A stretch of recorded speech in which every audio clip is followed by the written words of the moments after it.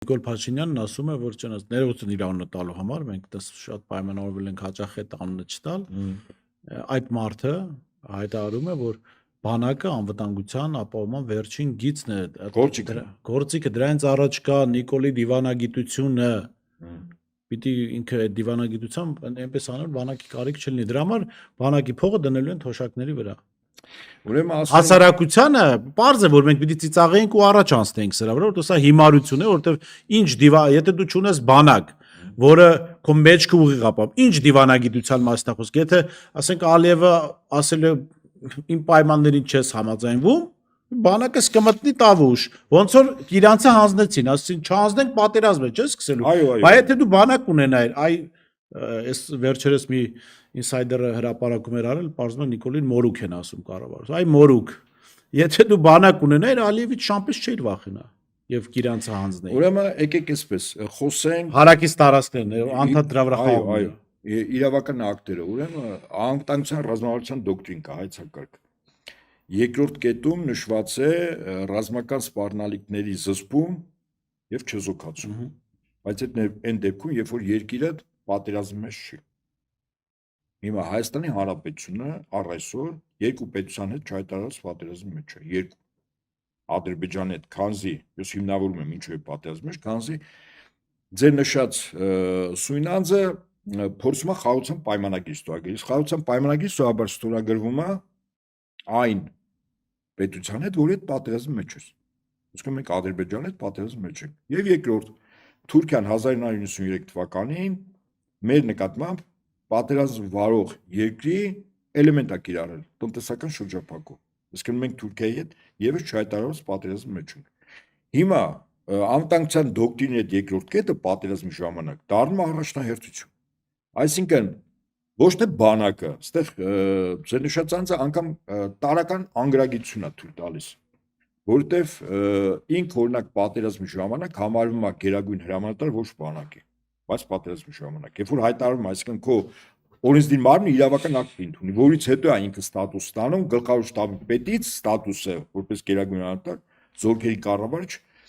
ուրեմն փոխանցում են։ Դա բանակը չէ, դա զինված ուժերն են, որտեղ այլ կառույցների եւս զինված ուժերի մաս են։ Քո 3 կառույց կա, որոնց ստորաբաժանումները բանակի հետ կատարում են տարածքի պաշտպանություն եւ անձեռնորդության ապահովում։ Հիմա ինքը իր համար բանակ զինված ուժեր մի քիչ էս կողմ մի քիչ են կողմ հիմա։ Բարթալի։ Ով է դնելու այդքան խորանը։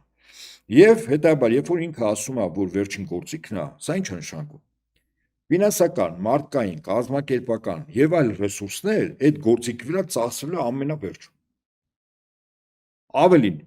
ակնհայտ բանակը լուծարում է տարբեր իրավական ակտերով, այդ թվում նաեւ 24 ամիսը 18 ամիս դարձնելով, այդ թվում իբր պայմանագրայիններով համալրել, որտեղ պայմանագրային չեն էլ գնալու, որտեղ պայմանագրայինները հիմնականում երկու շարժարետ դիլնի։ Առաջին պայմանագրայինները ստեղծվել են այն բանակային կորպուսում, որտեղ ես փոխհրամանատար էի, նպատակը հետևյալն էր, 90-ականների վերջ անձնակազմը չէր բավականացնում, շփման գծի ամբողջ երկայնքով, բավարար չափով, եւ որոշում կայացրեց, որ տեղի սահմանային բնակավայրերի այն քաղաքացիները, որոնք մարտական փորձ ունեն, կամ զինվորական ծառայություն, զինվորական մասնագիտություն, ծառայել են մասնագիտություն։ Իրենցից ստեղծեց առաջին ուրեմն դասակները, վաշտերը ու մարտակները։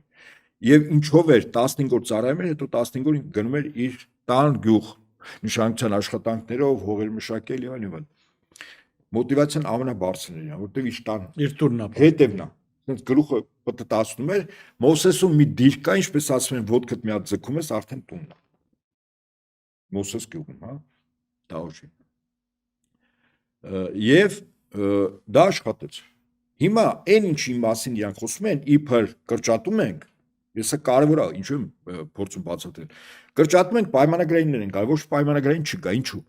Որովհետև եթե այդ մոտիվացիայով ծառայությունը չի ընկալվում, այլ որպես աշխատանք, նշանակում է սոցիալական փաթեթ աշխատի քեզ ու քո ընտանիքի համար բարձր աշխատավարձով։ Դուք երբեցե լսել եք սոցիալական փաթեթի մասին պայմանագրային զինծառայողների, երեխաների կրթություն, առողջապահություն, բնակարանային պայմաններ, բարձր աշխատավարձ, չկա այդպիսի բան։ Եվ գիտեք վերջին ինչ ալնելու։ Այդ նույն բանակը որպես վերջին գործիք երբ ինք խոսում էր, ենթատեքստով գիտեք ինչ էր ասում։ Երբ որ ասում էր դե չաշխատեց ռազմական դաշինքներ, իհարկե կեղծում էր։ Ես ասում եմ, եղբայր, հիմա քեզ մանկուտ ասեմ, թե հավասեմ։ Հիշողության կորուստ ունես, բայց դե 16 թվականին, երբ Ադրբեջանը ապրիլին հարձակվեց, չաշխատեց Ռուսաստանի հետ ռազմական դաշինք, որտեղ Ռուսաստանը կանգնացեց այդ կռվը։ Աշխատեց, չէ՞։ Որտեղ ժամանակ դու չկայիր։